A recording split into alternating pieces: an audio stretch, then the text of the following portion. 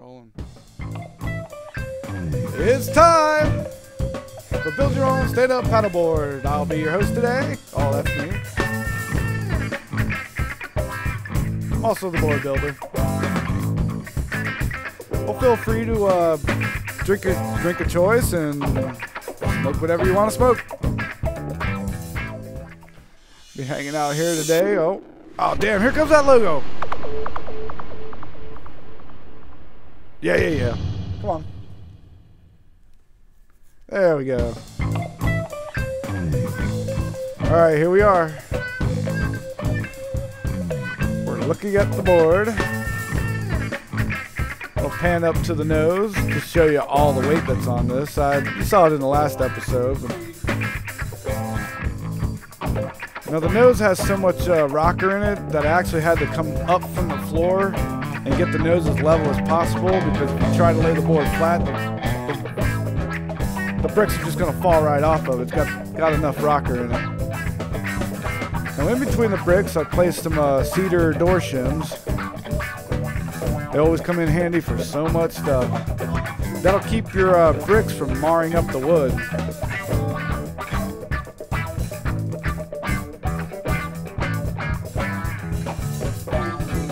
And yes, it's redneckified because I got my surfboard on cinder blocks in the ghetto. Here's a little flyby. Trusty Dremel. Don't leave home without that. Don't build anything without that. How about that? Yeah, that works better. All right, here we go. Here's the glue. It's seeping through.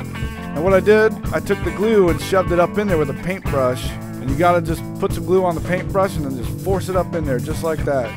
And just dab it. Now I got some tricky clamping going on here.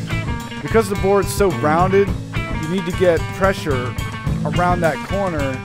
And this is the best method I found to do, was to just take all those little excess little chunks of wood that you have when you cut your board and use them. Because any scrap piece of wood becomes a valuable tool. You see I got door shims. The bigger chunks are from other stuff. Because you don't want to put that much clamping on your finished wood. You want to have that finished wood kind of nice. Try not to mar it up at all, you know.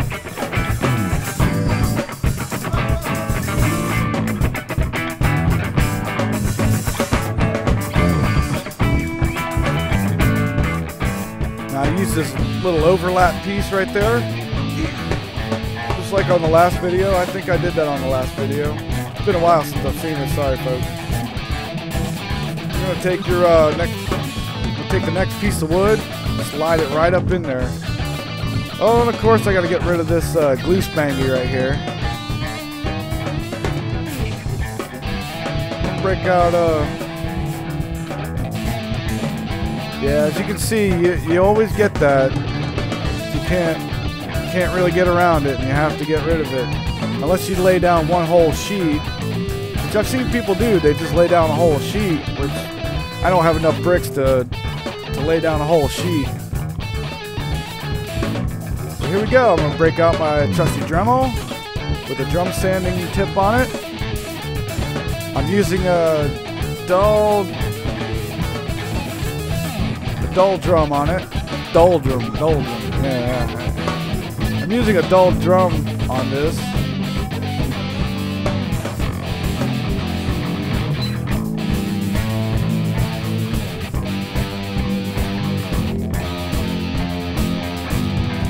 Yeah, just make sure you're wearing your eye protection here.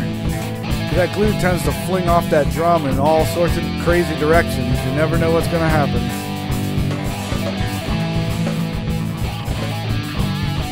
I'm going to let the music play. Just sit back and watch me cut this down. Oh, another thing I like, that 90-degree edge. Look how close you can get to that lip there. You get right up to it and get it nice and smooth. The tighter you can get that, the tighter the next piece is going to fit.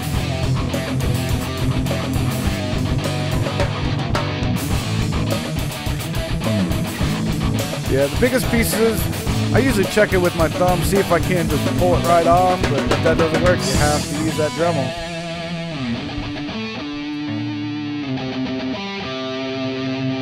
Here we go, some punk rock sanding, girl!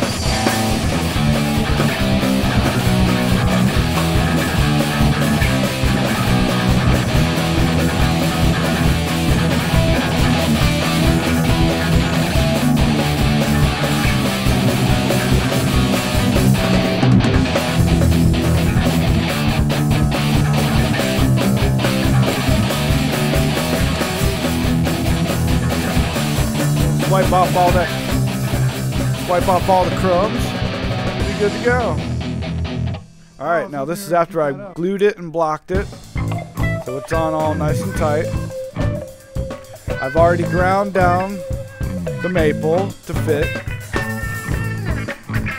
And that's about what the decking will look like after you grind it. You just want to feather those edges in. Get them nice and feathered in. Make sure your nose is rounded. Right now the rail is tight and sharp edged. I'm going to be doing more grinding, probably not on this session, it might be the next session.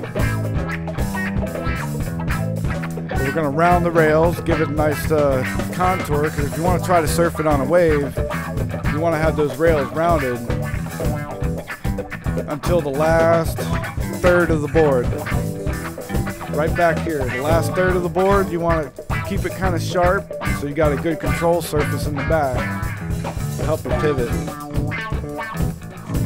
And again, all these little glue stains, they come right out. Just bust out a 36 grit on it, and they'll come right out. Just a little bit of elbow grease or a palm sander really works very well. Just remember, when you're using a palm sand, you go a bunch of different directions. And then once you get all that off, then you got to go back, which this is what I did. I went back with a 36 and went with the grain. Started sanding, and I got rid of all those little palm sanding little marks. Oh, hey, I know that guy. I know him.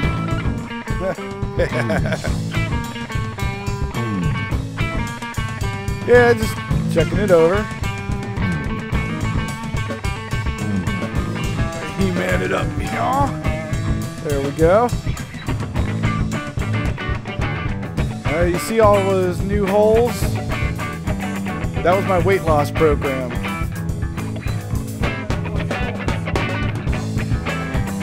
The real trick is, I wasn't satisfied because the decking added so much weight, but now I am gonna lift it up and see how it works.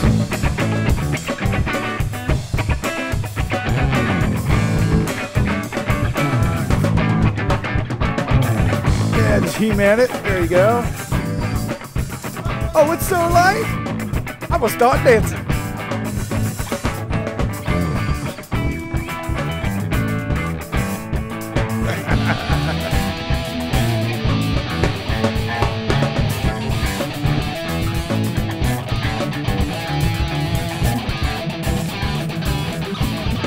Oh yeah. It's starting to come together. Now just remember, what you do on the bottom, just repeat the process on the top. It's no biggie. Same thing, other side. The other side will be a lot easier. Shaka. Alright. Now, had I known it was going to come out so heavy, I would have used a door hole sander. But instead, I didn't have one, so I decided to use a 1-inch spade bit. Worked out fine. Now on the nose and around this whole corner, I used looks like about a 1/4-inch drill bit. Had some tape on it. I measured the length of the bit before it would go through the wood. Put a piece of tape on it. Looped it up real thick because you'll melt that tape if you don't put it on real thick. You want to put multiple wraps so it just stops right at that tape. And that'll keep you from going through the outside of the board. Kept drilling the board like that. Oh crap, it's time to go. All right, folks, it's been fun. Glad you guys watched. Now we'll see you later. y'all.